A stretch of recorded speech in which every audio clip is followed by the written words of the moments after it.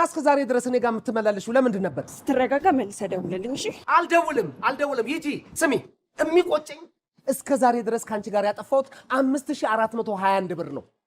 ጁሮም ሀብቴን ፈልገሽ ነው እሺ የቀረብሽኝ፣ ሀብቴን ፈልገሽ። ተብለጽጮ መታየት ጭንቅላት የሚሆን ይመስሏቸዋል። እኔ ነው ላንቺና ለመሰሎች ነው። ዛሬ ደግሞ ብሶብሃል።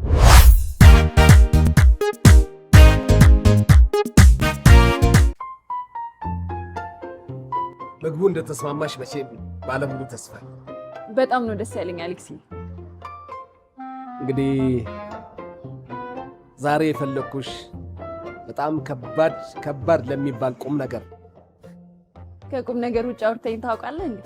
የዛሬው ግን የቁም ነገር ቁም ነገር፣ ያው የደሃ ደሃ እንደሚባለው ማለት ነው።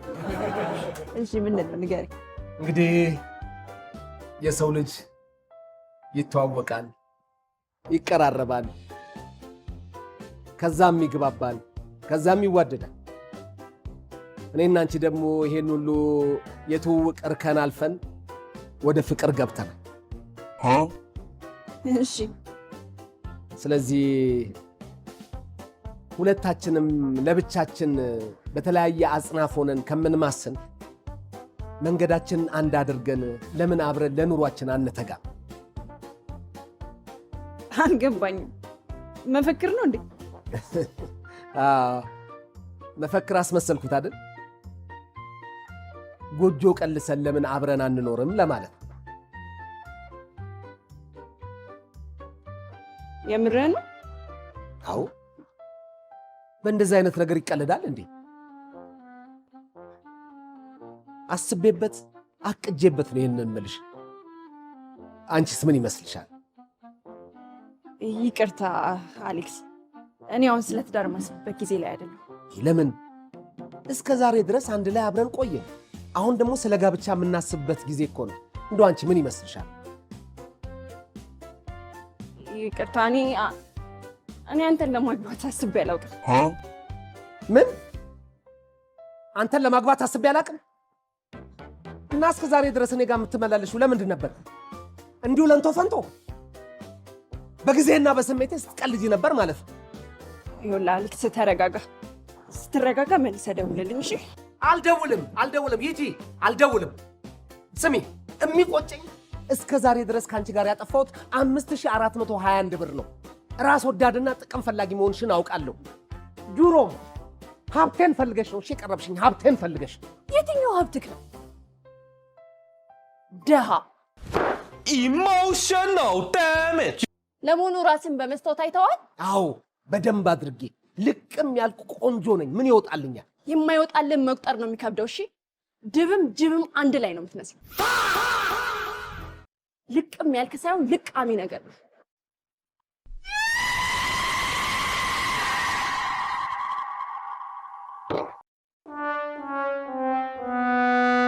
ልቃሚ ትበለኝ? ወይኔ ዓለሙ፣ እውነትም እቺ ሳራ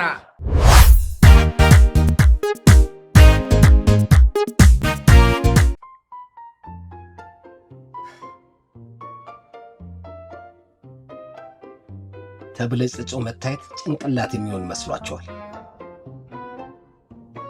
እኔ ነው በመብለጭለጭ ለምታምኑ ከእናንተ ውጭ ሌላ ሰው ያለ ለማይመስላችሁ ላንቺና ለመሰሎች። ኦ ዛሬ ደግሞ ብሶብሃል።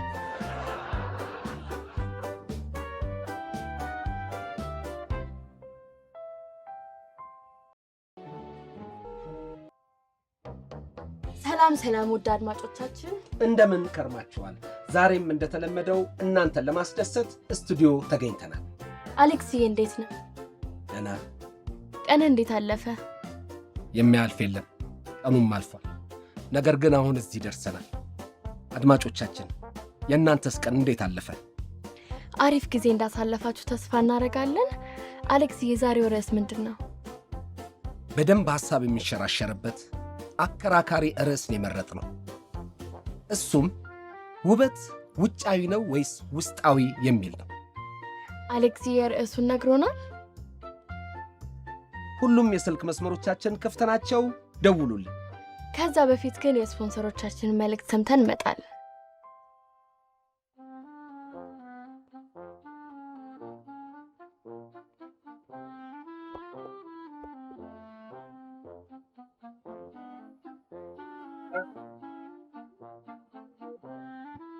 የመጀመሪያ አድማጫችን መስመር ላይ እንዳለ ቴክኒሻናችን ሚኪያስ ምልክት እያሳየን ነው። ጤና ይስጥልኝ። ደህና እንዴት ናችሁ? ሰብሪና ሰላም ነው? ደህና ነን አድማጫችን። ማንም በል ከየት ነው? ቸርነት እባላለሁ። አድራሻዬ እንኳን ይቆይ። እሺ ቸርነት፣ የመወያያ ርዕሳችንን ሰምተዋል? አዎ ሰምቼዋለሁ። እስቲ ሐሳብህን አካፍለን። ውበት ለአንተ ውጫዊ ነው ወይስ ውስጣዊ? ውበትማ ውጫዊ ነው። ምንም ከውስጣዊ ጋር አይገናኝም። ሲያዩት ያላማረ ሲበሉት ያቀራል። እንዴት? ውስጥ የሚያምር ከሆነስ? ቆይ እንዴት ነው ውስጧን ማገ? ኩላሊቷና ጨጓራዋን በእጇ ይዛ ነው እንዴ የምትመጣ?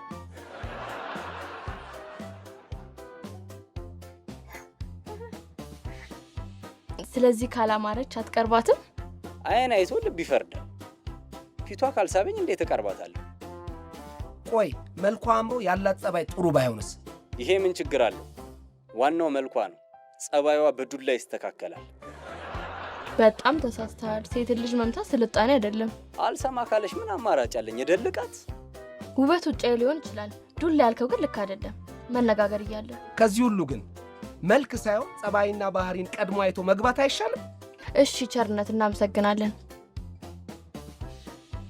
እንዴ መማታት ምናምን ይላል የማይረባ። ለነገሩ እውነቱን ነው። ሳይበዛ በቀን 3 በመጥረጊያ እንጨት ጀበት ማድረግ ያስፈልጋል።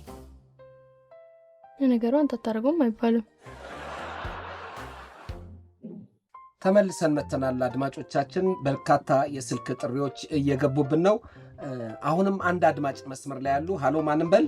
ሃሎ ሪታ እባላለሁ። እንዴት ናችሁ? ሰላም፣ እንዴት ነሽ ሪታ? አለው ሰብርዬ፣ ሁሉ ሰላም? ሁለታችሁም ሰላም እንደሆናችሁ ተስፋ አደርጋለሁ። ሪታ ሐሳባችንን ሰምተሻል። ስለዚህ ሐሳብ አስተያየትሽን ብትገልጭልን። በመጀመሪያ ለኔ ውበት ማለት ሀብት ነው፣ ሌላው ትርፍ ነው። ሀብት ካለ ውበት እየተንደረደረ ይመጣል። ሀብት ብቻ? መልኩስ? እናቴ፣ እንዲሁም ወንድ ልጅ ጨፍለቅ ሲል ነው። ከጉማሬ መለስ ካለ በቂ ነው። ሀብት ካለ ደግሞ እሱንም ብራድ ፒትን እንዲመስል ማድረግ ይቻላል።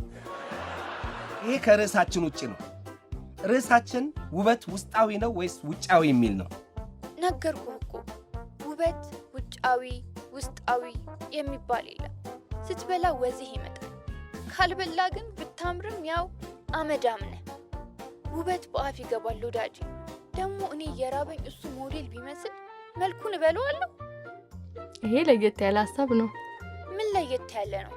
ያለ ነው እንጂ 6 ፓክ ካለው ቺስታ ወንድ 6 መኪና ያለው ቦርድ አሞንድ በስንት ጣሙ። መልክም ሀብትም የሌላቸው ሰዎችስ? ግን ደግሞ ባህሪያቸውና ነፍሳቸው ወርቅ የሆኑ ሰዎችስ? ሲጀመር እንደነዚህ አይነት ሰዎች ለምን ይፈጠራሉ? ምንም ከሌላቸው የምሬን ነው የምልህ ባይፈጠሩ ይሻላል። አባባልሽ በሰው ላይ መሳለቅ አይሆንም? አድማጫችን ገንዘብ ሳይኖራቸው መልክ ሳይኖራቸው በጸባያቸው ብቻ በይሉኝታ ሊገዙን የሚፈልጉ ሰዎች ከዚህም በላይ ይገባቸዋል። ሳራ ነሽ እንዴ አንቺ? ማነሽ? ሪታ ፍሪሊ ሀሳብሽን ስለገለጽሽልን እናመሰግናለን። እኔም አመሰግናለሁ ሰብርዬ፣ በጣም ነው ማደንቅ። ሪታ ከመስመር ወጥታለች። አንድ ሙዚቃ አዳምጠን እንመለሳለን።